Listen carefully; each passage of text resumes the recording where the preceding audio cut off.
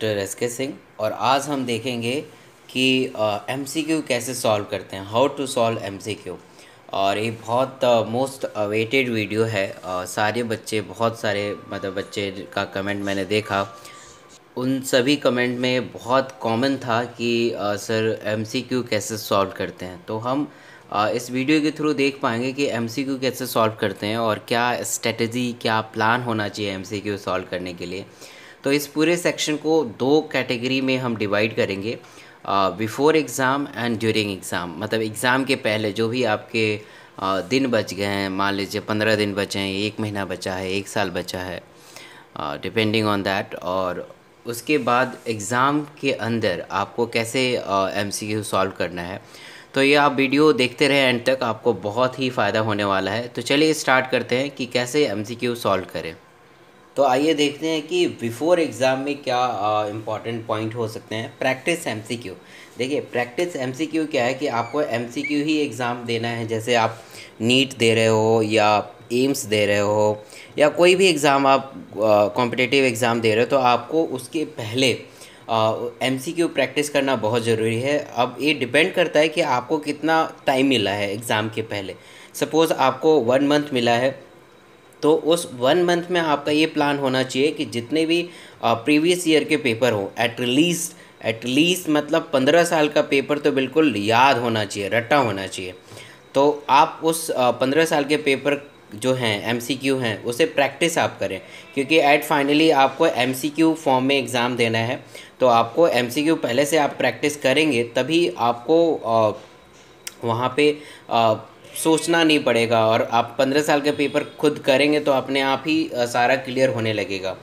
तो हर दिन ये टारगेट होना चाहिए, डेली रूटीन में ये टारगेट होना चाहिए कि आपको कम से कम एटलीस्ट 200 से 300 एमसीक्यू करना ही करना है। अगर आप नीट की प्रिपरेशन कर रहे हैं तो फिज़िक्स, केमिस्ट्री और बायो सब मिला के कम से कम 300 के आसपास आप एमसीक्यू डेली प्रैक्टिस करें, चाहे वो आए या ना आए। जैसे बहुत सारे बच्चे क्वेश्चन पूछते हैं कि सर मेरा अभी पूरा सिलेबस कंप्लीट नहीं हो पाया है, तो क्या मैं एमसीक्यू करूं। तो देखिए, कोई भी कॉम्पिटिटिव एग्ज़ाम हो, जैसे मैंने भी दिया था, तो कोई भी कॉम्पिटिटिव एग्ज़ाम हो तो आप चाहेंगे कि मेरा पूरा कोर्स कंप्लीट हो जाए, फिज़िक्स, केमिस्ट्री, बायो, हर चैप्टर, हर लाइन कंप्लीट हो जाए, फिर मैं एमसीक्यू करूं। तो शायद वो ऐसा स्टेज कभी नहीं आएगा, क्योंकि अब मैं ऐसा नहीं कह सकता हूँ, आ भी सकता है बट बहुत रेयर होता है। ऐसे 1-2% में होते हैं बच्चे जो पूरा अच्छे से कोर्स कंप्लीट करके और फिर करते हैं, तो उसका रेशो बहुत ही कम 1 और 2% होता है। मेजॉरिटी ऑफ जो स्टूडेंट होते हैं 99%, 98% जो होता है, इनका कोर्स कंप्लीट ही नहीं हो पाता है। तो कोर्स कंप्लीट हो या ना हो, आपको एमसीक्यू प्रैक्टिस करनी है, वो भी रोज़ प्रैक्टिस करनी है। अब मैंने सेकंड लिखा है, study concept through the MCQ. देखिए क्या इसमें है, जैसे हम पहले पढ़ते थे कि पहले कोई कंसेप्ट हमने पढ़ लिया, मान लीजिए कि मैंने C3 और C4 साइकिल का पूरा अच्छे से कंसेप्ट पढ़ा और फिर इसके रिगार्डिंग मैंने जो भी 10, 15, 20 क्वेश्चन हो एमसीक्यू के, फिर मैंने करना स्टार्ट किया। तो आपको पहले कंसेप्ट पढ़ना पड़ता है और फिर आप उसे एमसीक्यू करेंगे। बट आपके एग्ज़ाम में 1 मंथ है, 15 डेज़ है या 2 मंथ है, तो अब ये आपका जो स्टडी करने का पैटर्न है वो चेंज हो जाना चाहिए। जैसे कैसे कि सपोज़ कि मैंने क्वेश्चन में प्रैक्टिस कर रहा हूँ, जैसे अभी मैंने पीछे बताया था कि आपको 200 से 300 एमसीक्यू रोज़ और डेली करना है। तो मान लीजिए कि 2 क्वेश्चन ऐसे, फर्स्ट और सेकंड जो क्वेश्चन है C3 और C4 साइकिल से है, C3 और C4 साइकिल से है, तो आप वो नहीं कर पा रहे हैं, कोई बात नहीं, आप नहीं कर पा रहे हैं तो इस पर सर्कल कर दीजिए और नेक्स्ट क्वेश्चन बढ़िए आगे। अब पूरा करने के बाद 200 जो भी एक पेपर करने के बाद जो भी आपने सर्कल किया है, जो आप नहीं कर पाए हैं, तो आपको आंसर पीछे से नहीं देखना है। नहीं तो आप उस टाइम तो याद रहेगा, 1-2 दिन याद रहेगा, बट आप मेन फाइनल एग्ज़ाम में भूल जाएंगे। तो हमें भूलना नहीं है। हमें क्या करना है कि C3 और C4 साइकिल के कंसेप्ट को अब जाके पढ़ना है। पहले हम क्या करते थे, पहले कंसेप्ट पढ़ते थे फिर एमसीक्यू करते थे। अब हमें क्या करना है कि पहले एमसीक्यू करना है फिर जाके कंसेप्ट पढ़ना है उसके रिगार्डिंग। जैसे मान लीजिए कि मलेरिया से क्वेश्चन आ गया, आप मलेरिया आपने सही से रिवाइज नहीं किया है या नहीं पढ़ा है, कोई बात नहीं, थर्ड क्वेश्चन मलेरिया से है, कोई भी चीज़ है, स्पोरोजॉइड के बारे में पूछा है या एसेक्स रिप्रोडक्शन के बारे में पूछा है, कुछ भी XYZ ट्रीटमेंट के बारे में पूछा है, तो आप अगर इस क्वेश्चन को नहीं कर पा रहे हैं तो goes to the malaria topic, आप पूरा मलेरिया पढ़ें अच्छे से कि इसका लाइफ साइकिल क्या होता है, किसके वजह से होता है और क्या इसके ट्रीटमेंट है, क्या साइन एंड सिम्टम है, फिर आपको वो हो जाएगा। और जितने भी कॉम्पिटिटिव एग्ज़ाम होते हैं प्रीवियस ईयर के क्वेश्चन इसलिए इम्पॉर्टेंट होते हैं कि आपको पैटर्न पता चलने लगेगा कि किस टॉपिक से वो क्वेश्चन पूछ रहे हैं, क्योंकि देखो देखो जितने भी कॉम्पिटिटिव एग्ज़ाम है हर टॉपिक से वो क्वेश्चन, देखिए कहना तो बड़ा मुश्किल सा है कि वो कहाँ से पूछेंगे, जो ये कहता है कि हाँ यहीं से क्वेश्चन आएगा और कहीं से नहीं आएगा तो बहुत ही गलत है, वो ऐसा नहीं हो सकता है। किसी को नहीं पता कि कहाँ से क्वेश्चन आएगा,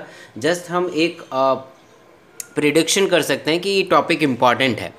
तो आप प्रीवियस ईयर के क्वेश्चन से आपको एक पैटर्न पता चलेगा, एक इम्पॉर्टेंट टॉपिक पता चल जाएगा कि हाँ मलेरिया से हर साल क्वेश्चन आ रहा है, मान लीजिए C3 साइकिल से हर साल क्वेश्चन आ रहा है, प्लांट फिजियोलॉजी से कोई भी चीज़ जैसे मान लीजिए फोटोसिंथेसिस है या मिनरल से एक क्वेश्चन आ रहा है, तो ऐसे आप जब करेंगे तो अपने आप ही सारा चीज़ क्लियर होने लगेगा। तो ये आपको बिफोर एग्ज़ाम, मतलब ये तैयार, आप कोई एग्ज़ाम को प्रिपेयर करना चाहते हैं, वो चाहे IIT हो, एम्स हो, तो आपको यही पैटर्न फॉलो करना पड़ेगा। अगर आपके पास 1 महीना है, 15 दिन है, तो आप पूरा सिलेबस के पीछे ना पड़े, पूरा सिलेबस कवर करना थोड़ा इम्पॉसिबल सा हो जाएगा, इसलिए आप सिलेबस के पीछे ना पड़े, आप MCQ करें और MCQ के बेसिस पे जो टॉपिक आपको नहीं आ रहा वो आप टॉपिक वहाँ पे देखें और ऐसे हर दिन आपको MCQ करें।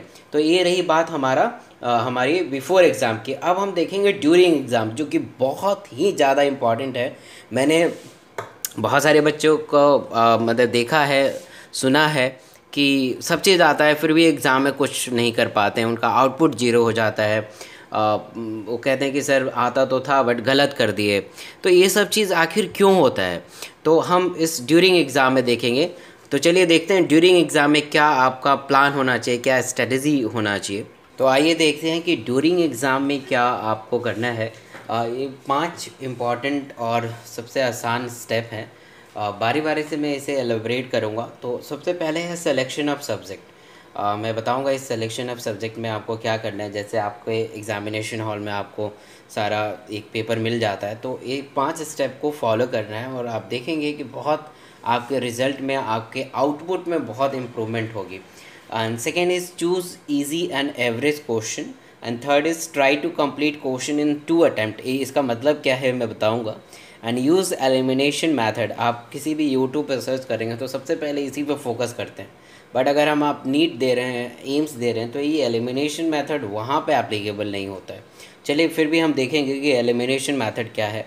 And avoid the negative marks. Negative marks आप चाहे मतलब आपको अवॉइड करना है। तो आइए बारी बारी से देखते हैं कि क्या है और कैसे हम ड्यूरिंग एग्ज़ाम में इसे इम्प्लीमेंट कर सकते हैं। तो सबसे पहले है सिलेक्शन ऑफ सब्जेक्ट। मान लीजिए कि आप नीट दे रहे हैं और नीट में ये 3 सब्जेक्ट के क्वेश्चन आएंगे, फिज़िक्स, केमिस्ट्री और बायो के क्वेश्चन आएंगे। तो अब ये आप पे डिपेंड करता है कि आपका इन तीनों सब्जेक्ट में सबसे ज़्यादा अच्छा कमांड किस पे है। सपोज़ मेजॉरिटी ऑफ अगर देखा जाए तो मेजॉरिटी ऑफ जितने भी नीट वाले बच्चे होते हैं, बायो वाले बच्चे होते हैं, बायो पे अच्छा कमांड होता है, फिर उन पे केमिस्ट्री का अच्छा कमांड होता है और फिज़िक्स थोड़ा बहुत दिक्कत हो सकती है। बट बहुत सारे बच्चे होते हैं कि जिस पे फिज़िक्स का भी कमांड अच्छा है, केमिस्ट्री का है, बायो का है। तो ये आप पे डिपेंड करता है कि आप एग्ज़ामिनेशन में कौन से सब्जेक्ट को सबसे पहले सेलेक्ट करेंगे। तो मेजॉरिटी क्या होता है कि मैंने भी सबसे पहले बायो अटैम्प्ट करना स्टार्ट किया था। तो आप सबसे पहले बायो कीजिए और फिर उसके बाद केमिस्ट्री और फिर उसके बाद फिज़िक्स। तो ये तो रही सिलेक्शन ऑफ सब्जेक्ट की बात। अब सेकेंड स्टेप देखते हैं। तो सेकेंड स्टेप है choose easy and average question. Suppose कि आपने बायो के क्वेश्चन स्टार्ट करें, फिर आप केमिस्ट्री स्टार्ट करेंगे और आप फिज़िक्स स्टार्ट करेंगे। तो आप देखिए कॉम्पिटिटिव एग्ज़ाम में क्या होता है कि थोड़ा वो मतलब कि बच्चों को फंसाते हैं। जैसे मान लीजिए कि बायो का क्वेश्चन 1 2 3 स्टार्ट हो रहा है यहाँ से 90 और फिर 89 88 ऐसे स्टार्ट हो रहा है, मतलब नीचे से आ जा रहा है और ये ऊपर से जा रहा है। तो मेरे हिसाब से आपको जो क्वेश्चन है B से स्टार्ट करना है, यानी 45 नंबर का क्वेश्चन सबसे पहले आप अटैम्प्ट करें, फिर आप ऊपर जाएं या नीचे आएँ, कोई फ़र्क नहीं पड़ता, ठीक है। और 45 नंबर क्वेश्चन करें, 44 करें, 43 करें। तो आप ऐसे इजी क्वेश्चन को कैसे चूज़ करेंगे? सपोज़ मान लीजिए कि मैं 1 2 3 4 5 6 7 8 9 ऐसे मैंने क्वेश्चन लिख दिया। मान लीजिए ये 1 वाला कंसिडर है 45 और 2 वाला 44 है, या ऐसे कोई क्वेश्चन है। तो मान लीजिए फर्स्ट क्वेश्चन आपने पढ़ा, हर क्वेश्चन को, ईच क्वेश्चन को आपको बिल्कुल ध्यान से 2 बार पढ़ना है।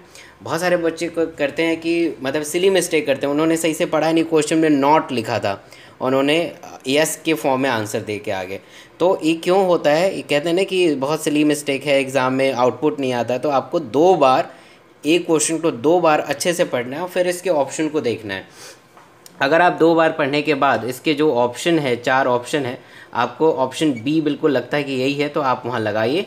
फिर आप सेकंड क्वेश्चन आपने पढ़ा 2 बार और आपको लगा कि नहीं सी और डी में कन्फ्यूजन है या ये बिल्कुल नहीं आ रहा है, तो इसे आप जैसे राउंड करके आगे बढ़िए, रुकना नहीं है। थर्ड क्वेश्चन किया, ये भी हो गया, कोई बात नहीं, ये नहीं हो पा रहा है, ये नहीं हो पा रहा है, ये नहीं हो पा रहा है, ऐसे जो नहीं हो पा रहा है उसे आप राउंड और सर्कल लगा के आगे बढ़ें।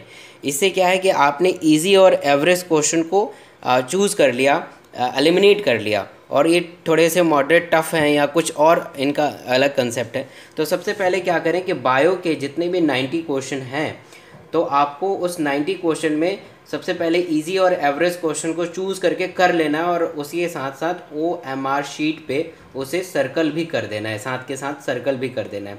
सेम केमिस्ट्री को भी करना है कि केमिस्ट्री के जितने भी क्वेश्चंस हैं वही 20 से, अगर इसके क्वेश्चंस 45 आते हैं तो आप ऑन एन एवरेज 55 से क्वेश्चन ऊपर कर सकते हैं, नीचे कर सकते हैं। और सेम वही कि आप ये क्वेश्चन को ध्यान से पढ़ें कि क्या है, और आप अगर न्यूमेरिकल बेस्ड क्वेश्चन है तो न्यूमेरिकल करें। अगर आप न्यूमेरिकल करने के बाद आपका ऑप्शन मैच नहीं हो रहा है तो जस्ट सर्कल लगा के आगे बढ़ें। सेकेंड क्वेश्चन किया, ये भी न्यूमेरिकल बेस्ड क्वेश्चन है, तो आप न्यूमेरिकल सॉल्व करते हुए इसके ऑप्शन से मैच हो जा रहा है तो आप सही लगाएं, आगे बढ़ें। थर्ड अगर सही हो जा रहा है तो ठीक है, नहीं हो रहा फोर्थ तो आगे बढ़ें। ऐसे केमिस्ट्री को भी एलिमिनेट कर देना है और साथ के साथ OMR शीट पे मार्क कर लेना है। फिजिक्स को भी यही, आपको फिजिक्स लास्ट में करना है अगर आपका फिजिक्स थोड़ा वीक है या ऐसे है।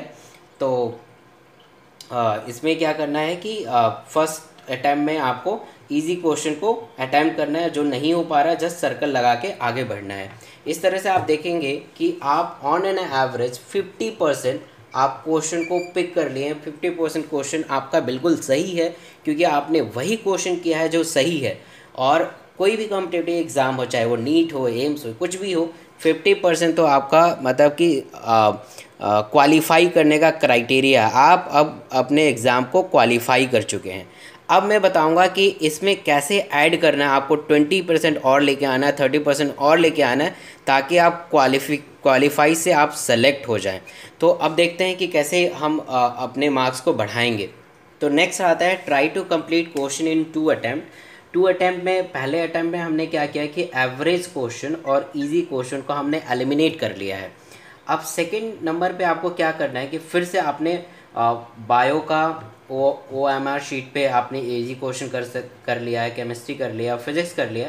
फिर आपको बायो का जो भी, जैसे 1 2 3 4 5 6 7 8 जो भी 90 क्वेश्चन है जिसमें आपने ये मार्क किया, ये मार्क किया, ये मार्क किया, इसे देखना है, इसे देखना है। और अगर आपको 2 ऑप्शन में, जैसे मान लीजिए कि कोई क्वेश्चन है, मैं क्वेश्चन तो बहुत सारे हो सकते हैं इसलिए क्वेश्चन मैंने लिखा नहीं है, जैसे मान लीजिए ऑप्शन है ए है, बी है, सी है और डी है।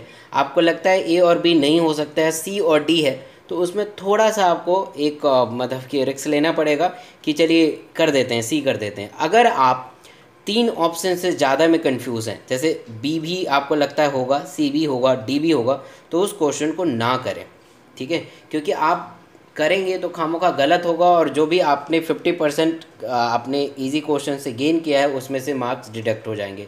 तो अगर आपको चारों ऑप्शन अगर समझ में नहीं आ रहा तो बिल्कुल उस क्वेश्चन को छोड़ दें। अगर 3 ऑप्शन में डाउट है फिर भी आपको क्वेश्चन छोड़ना है। अगर 2 ऑप्शन में डाउट है तब आप उस क्वेश्चन को कर सकते हैं। और उस समय जैसे 5th क्वेश्चन है, आपने थोड़ा पढ़ा और समझ में ना आए, तो अगर इस टाइम में हो जाता है तो क्वेश्चन को करें। और जैसे मान लीजिए फिजिक्स का आपने केमिस्ट्री भी क्वेश्चन अटैम्प्ट किया था 1 2 3 4 5, मान लीजिए 2 क्वेश्चन नहीं हुआ, 4th क्वेश्चन नहीं हुआ, तो फिर से आप न्यूमेरिकल सॉल्व करें और इस बार अगर मैच हो जाता है तो ठीक है, नहीं होता है तो छोड़ दीजिए। फिर फिजिक्स में भी ऐसा करना है। तो ऐसे 2 अटैम्प्ट में पहले तो आपने इजी क्वेश्चन को चूज़ कर लिया और सेकंड जो थोड़े से टफ हैं उसको भी फिर से ट्राई किया, और ये आपका लास्ट अटैम्प्ट होना चाहिए क्योंकि आपके पास अब टाइम नहीं मिलेगा इतना।